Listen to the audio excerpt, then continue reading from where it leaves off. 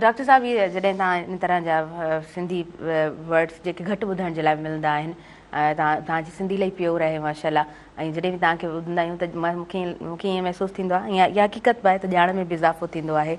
सो अहिड़ा घटि माण्हू मिलंदा आहिनि जेके पंहिंजी ॿोली खे उन ई तरह उनजी बका जे लाइ बि जेको आहे न जदोजहद कंदा हुजनि। डॉक्टर साहब जॾहिं बि ॻाल्हाईंदा आहिनि त उहा प्योरिटी नज़र ईंदी आहे, उहा सुहिणी ॿोली ॿुधण जे लाइ मिलंदी आहे। डॉक्टर साहब, इन जे पोयां छा राज़ आहे? मतिलबु हिकिड़ो त माण्हू अॼु जे दौर में जिते अंग्रेज़ी सिखण जे पोयां ऐं उन फ्लुएंसी जे पोयां पंहिंजी ॿोली खे ई माण्हू विसारे छॾंदा आहिनि। लतीफ़ साईं जंहिं दौर में शाइरी कई सिंधी में, जी हा, उन दौर में दौरो हुयो फारसी जो, हा, माना फारसी घोड़े चारसी, जी, माना इहो हिकिड़ो दौर हुयो ऐं उन महिल फारसी जी यलगार हुई सिंध ते। पर वरी बि बका थी लतीफ़ जी सूरत में, सचल जे सूरत में, सामी जे सूरत में, ख़लीफ़े नबी बख्श जे सूरत में, सावण फ़क़ीर जे नड़ बेतन जी सूरत में, शेख शाह इनायत जी शाइरी जी सूरत में। त मक़सदु तव्हां जेकॾहिं पंहिंजी ॿोली सां प्यार करियो था, ख़बर अथव दुनिया में जेका सभ खां ख़ूबसूरत ॿोली हूंदी आहे उहा माउ ॿोली हूंदी आहे। उहा जेका तव्हांजी माउ ॿोली ॻाल्हाए थी, उहा जेका तव्हां जिते जनमियो हुयो, जिते लोली ऐं जिते जॾहिं तव्हां राति जो प्रोलियूं ॿुधियूं, जॾहिं उहे आखाणियूं ॿुधियूं माउ जे तरफ़ां, उहे जिननि जूं, उहे अली अजीब कहाणियूं, उहे जेको आहे न सो सिखिया वारियूं कहाणियूं, जॾहिं सियारे जूं रातियूं डिघियूं हूंदियूं हुयूं ऐं ऊंधायूं हूंदियूं हुयूं।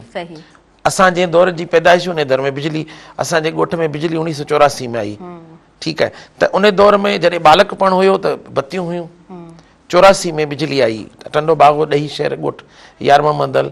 त उते असांजूं माइरूं असांखे जॾहिं सवणूं पाराए पंहिंजे मथे ते थपकी ॾेई पंहिंजे पासे में, पोइ जॾहिं आखाणियूं ॿुधाईंदियूं हुयूं, जॾहिं लोरियूं ॾींदियूं हुयूं, त उहा लोरी जेका आहे न, उहा पोइ जीअं माउ जी थञ वजूद खे ताक़त बख़्शे थी, उहा लोरी रूह खे ताक़त बख़्शींदी हुई ऐं उहा हिकु सिंधियत जे रूप में अॼु बि असांजे जिस्म में सरायत कयल आहे।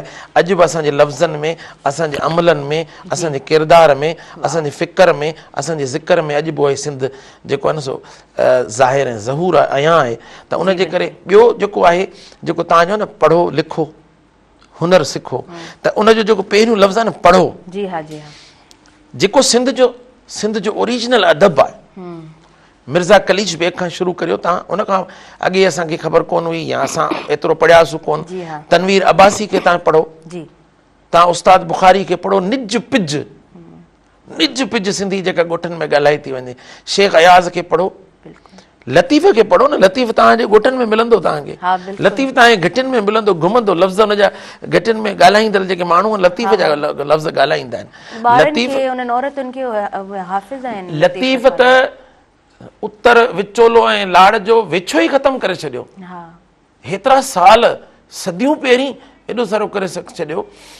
त इहो जेका ॿोली जी मिठास आहे न ऐं उनजे लफ़्ज़नि जी उणत आहे, उहा जेका जी ॾिसो अजरक पई आहे, अजरक त जेके फुलड़ियूं टांकियल आहिनि, माना सांचनि में जीअं टांकिजी पोइ रंग भरबा आहिनि, पोइ उन्हनि खे वरी जेको आहे सो भठियुनि में पचाइबो आहे, उन्हनि खे रंगनि खे पको पुख़्तो कबो आहे। ईअं किताब, उस्ताद, दोस्त, समाज, लोक ॾाहप, उहो तव्हांजे ॿोलीअ खे ॾाहो कनि थियूं।